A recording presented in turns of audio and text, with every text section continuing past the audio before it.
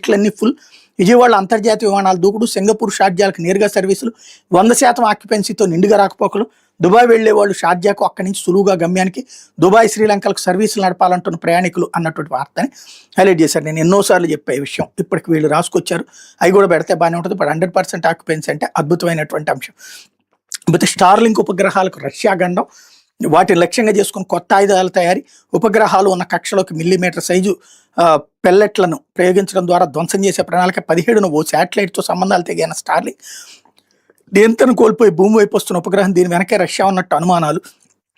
బయట ప్రపంచంతో ఎలాంటి సంబంధం లేని మారుమూల ప్రాంతాలకు సైతం ఇంటర్నెట్ సేవలు అందించే లక్ష్యంతో తాము దిగువ కక్షలో ప్రవేశపెట్టిన ఉపగ్రహాల్లో ఒక దాంతో ఈ నెల 15 నుంచి సంబంధాలు తెగిపోయాయంటూ 18 మస్క్కి చెందిన స్టార్లింక్ సంస్థ ఎక్స్లో పోస్ట్ పెట్టింది.